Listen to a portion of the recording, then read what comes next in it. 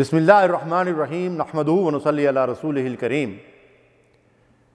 ابن ماجہ کی ایک روایت ہے جس میں اللہ کے حبیب علیہ الصلوۃ والسلام ارشاد فرماتے ہیں کہ تین شخص ایسے ہیں جن کی نماز ان کے سر سے بالشت بر بھی اوپر نہیں اٹھتی۔ ناظرین محترم، یہ بدنصیب کون لوگ ہیں؟ ایک وہ حکمران جس سے لوگ ناراض ہوں، دوسرے وہ عورت جس نے رات اس حال میں گزاری ہو کہ اس کا خاوند اس سے ناراض تھا، اور تیسرے وہ مسلمان جنہوں نے آپس میں قطع رحمی اور قطع تعلق کر رکھا ہے، تعلقات منقطع کیے ہوئے ہیں، مسلمان ہوتے ہوئے ایک دوسرے سے بات چیت نہیں کرتے۔ یہ تین وہ لوگ ہیں کہ جن کی نماز قبولیت کے لیے اللہ کے حضور پہنچتی ہی نہیں ہے، بلکہ ان کے سر سے ایک بالشت بھی اوپر نہیں اٹھتی۔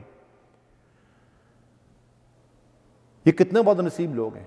سب سے پہلے اس حکمران کا ذکر کیا گیا ہے، ایسے حکمران جن سے اللہ ناراض ہے۔ آج پہلی بات تو یہ ہے کہ ہمیں حکمران ہی ایسے ملتے ہیں جو بے نمازی ہوتے ہیں، اور اگر خوش قسمتی سے کوئی نمازی ہمیں مل بھی جائے تو مسلمانوں کے کتنے ایسے حکمران ہیں جن سے مسلمان عوام خوش ہیں اور ان سے راضی ہیں، اور وہ ان کی وہ عمر درازی کے لیے اور ان کے لیے برکت کی دعائیں کرتے ہیں، اور کتنے حکمران ایسے ہیں جو اپنی عوام اور اپنی رعایا سے خوش ہیں۔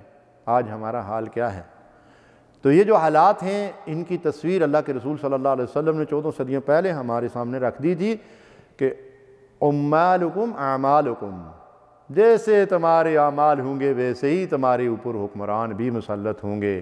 وہ جو کہاوت بھی ہے نا کہ جیسے روح ویسے فرشتے، تو اگر روحیں ایسی ہوں گی کہ جن کے لیے سخت گیر فرشتوں کی ضرورت ہوگی، تو اس دنیا میں زندہ انسان بھی اگر اللہ کے باغی اور نافرمان ہوں گے تو اللہ ان کے اوپر رحم کرنے والے اور انصاف کرنے والے حکمران کہاں بھیجے گا؟ کیوں بھیجے گا؟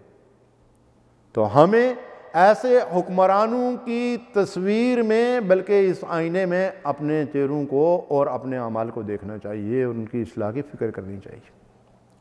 دوسرے رسول اللہ صلی اللہ علیہ وسلم نے فرمایا کہ وہ عورت جس نے رات ہی سال میں گزاری کہ اس کا خاوند اس سے ناراض ہے، استغفر اللہ۔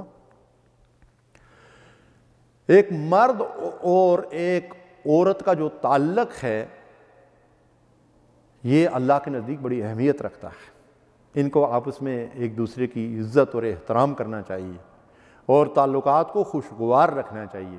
شیطان کا سب سے کارگر حربہ یہ ہے کہ مرد اور عورت کے تعلقات میں رکھنا ڈالنا، خرابی پیدا کرنا، اور ان کو ایک دوسرے کے خلاف بھڑکا کر ان کے درمیان بگاڑ اور فساد پیدا کرنا۔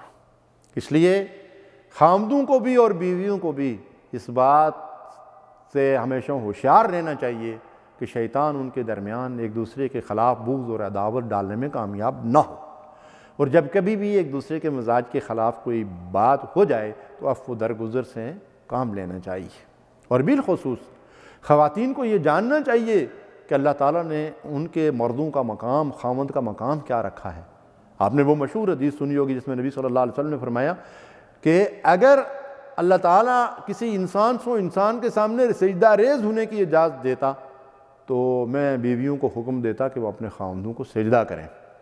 اس سے یہ بات واضح ہوتی ہے کہ ایک بیوی کے لیے اس کے دل میں خاوند کی کیسی قدر ہونی چاہیے اور اس کے لیے کیسا مقام ہے۔ تو اسے اس بات سے ڈرنا چاہیے کہ اس کا خاوند اس حال میں رات گزارے کہ وہ اس سے ناراض ہو۔ اگر ایسی بات ہے تو اس عورت کی نماز قبولیت کے لیے اس کے سر سے بالشت بر بھی اوپر نہیں اٹھتی۔ اور تیسری بات کہ جو دو شخص آپس میں مسلمان ہوتے ہوئے ناراض ہوں، اور اگر خدا نخواستہ وہ قریبی رشتہ دار بھی ہوں، تو یہ قطع رحمی اللہ کے نزدیک بہت بڑا جرم ہے۔ نبی صلی اللہ علیہ وسلم نے فرمایا قطع رحمی کرنے والا جنت میں داخل نہیں ہوگا۔ قریبی رشتہ داروں کے ساتھ تعلقات منقطع کر دینا، حتیٰ کہ سلام دعا بھی ختم کر لینا، اس کو قطع رحمی کہتے ہیں، جو بہت بڑا گناہ ہے۔ اور اس کے مقابلے میں صلہ رحمی کا صلہ کیا ہے کہ نبی صلی اللہ علیہ وسلم نے فرمایا کہ جو شخص چاہتا ہو اس کے مال اور اس کی جان اور اس کے رزق میں برکت ہو، اسے چاہیے کہ وہ صلہ رحمی کرے۔ اللہ کے نبی صلی اللہ علیہ وسلم نے فرمایا پیر اور جمعرات کو اللہ کے حضور بندوں کے اعمال پیش ہوتے ہیں، اسی لیے آپ پیر اور جمعرات کو روزہ رکھتے تھے۔ یہ حضور کی سنت ہے، ہمیں بھی کوشش کرنا چاہیے اس سنتوں کو زندہ کرنے کی۔ تو فرماتے ہیں رسول اللہ صلی اللہ علیہ وسلم کہ میں اسی لیے پیر اور جمعرات کو روزہ رکھتا ہوں تاکہ میرے اعمال اللہ کے حضور پیش ہوں تو میں روزے کی حالت میں ہوں۔ تو فرمایا کہ پیر اور جمعرات کو اللہ کے حضور بندوں کے اعمال پیش ہوتے ہیں، اور وہ دو مسلمان جو آپس میں ناراض ہوں ان کے اعمال اللہ کے حضور پیش نہیں ہوتے، ان کو روک دیا جاتا ہے تا وقتے کہ وہ آپس میں صلح صفائی کر لیں۔ تو اگر ہم نمازیں بھی پڑھتے ہیں، روزے بھی رکھتے ہیں، صدقہ خیرات بھی کرتے ہیں، اگر آپس میں کسی دوسرے مسلمان بھائی سے ناراض ہیں تو ہمارے اعمال اللہ کے ہاں قبولیت کے درجے تک پہنچتے ہی نہیں ہیں۔ ہمیں اس بات کی فکر کرنی چاہیے اور آپس میں تعلقات کو، جیسا کہ اللہ کا حکم ہے فَأَصْلِحُوا بَيْنَ أَخَوَيْكُمْ، ایک دوسرے کے ساتھ تعلقات درست کر لیں۔ اللہ تبارک و تعالیٰ مسلمانوں کے درمیان باہمی الفت اور محبت پیدا فرمائے۔ وآخر دعوانا الحمدللہ رب العالمین۔ اللہم صلی علی سیدنا محمد وعلی آلہ وصحبہ